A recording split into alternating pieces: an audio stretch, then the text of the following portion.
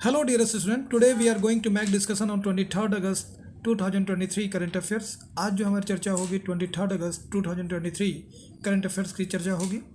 जैसा कि मैं बता दूं कि ये करंट अफेयर्स 69th बीपीएससी और Bihar teacher, Jharkhand teacher, JSS-CGL और other UPSC and other exams के लिए, रेलवे बैंकिंग के लिए काफ़ी इंपॉर्टेंट होगा। और सीधे टू द पॉइंट हम बात करते हैं। भारतीय दंड संहिता आईपीसी के स्थान पर भारतीय न्याय संहिता नाम प्रस्तावित किया गया है।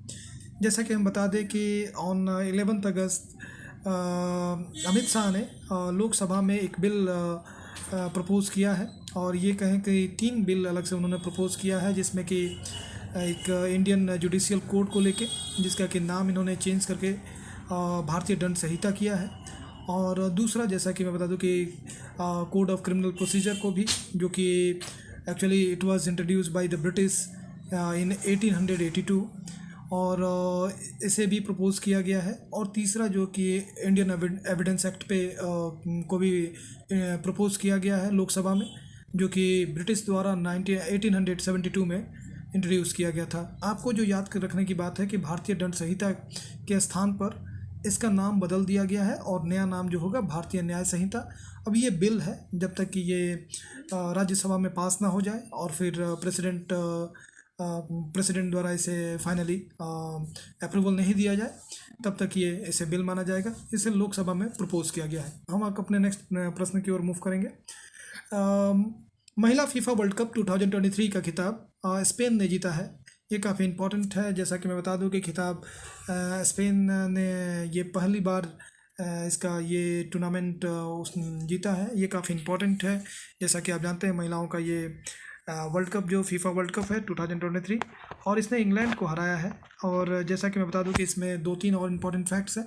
जैसा कि आप देख सकते हैं, इसकी मेजबानी जो था, इसकी जो होस्ट किया गया था, ऑस्ट्रेलिया न्यूजीलैंड ने किया था।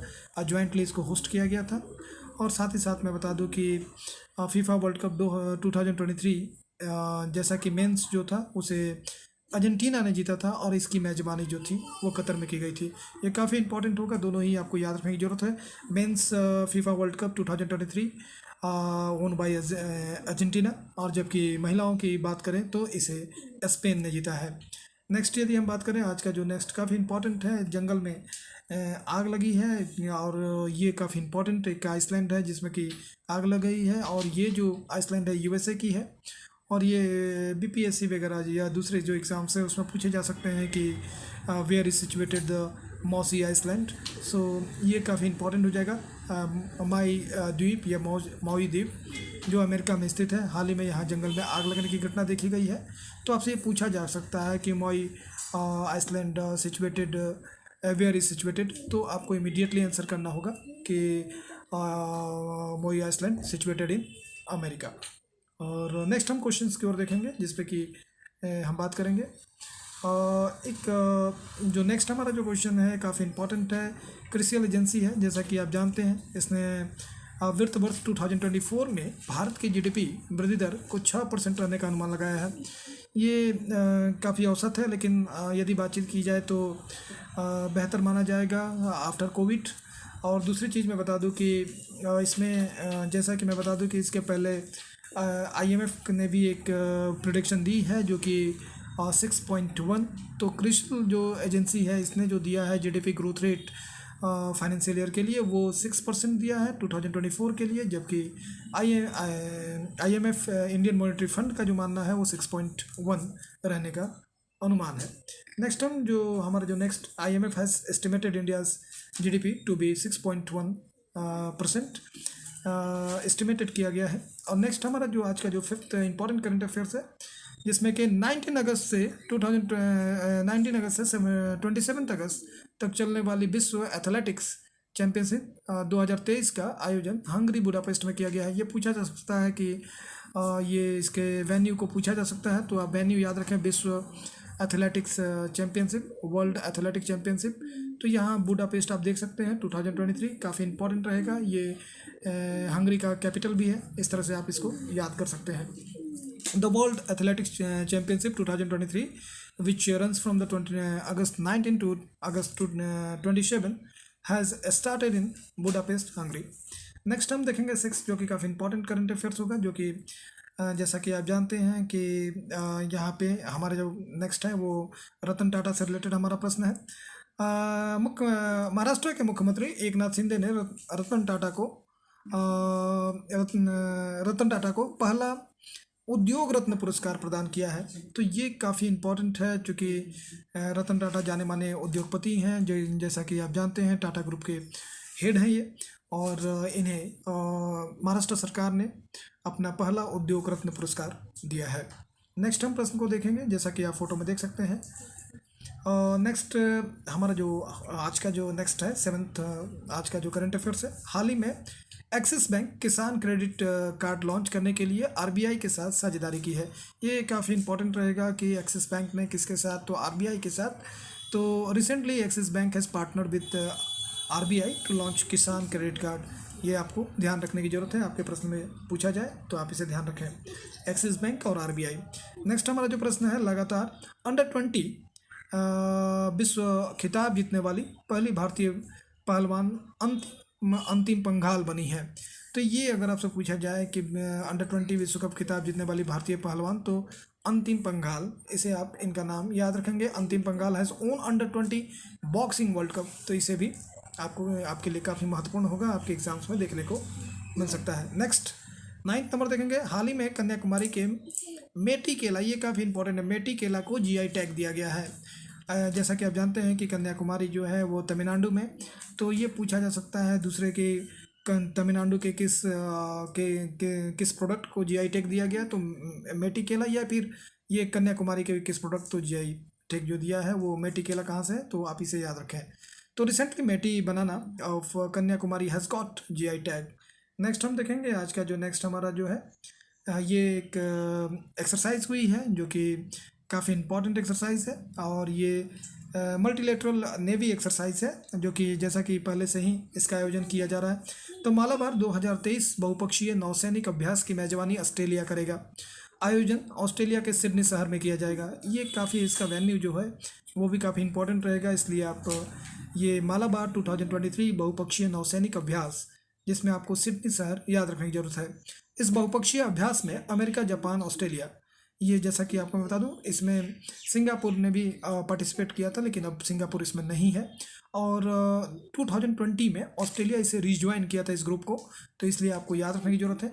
एट प्रेजेंट में यदि बातचीत की जाए तो अमेरिका, जापान, ऑस्ट्रेलिया और भारत इस अभ्यास में पार्टिसिपेट किए हुए हैं, और 2020 की जो वेन्यू है वो सिडनी है।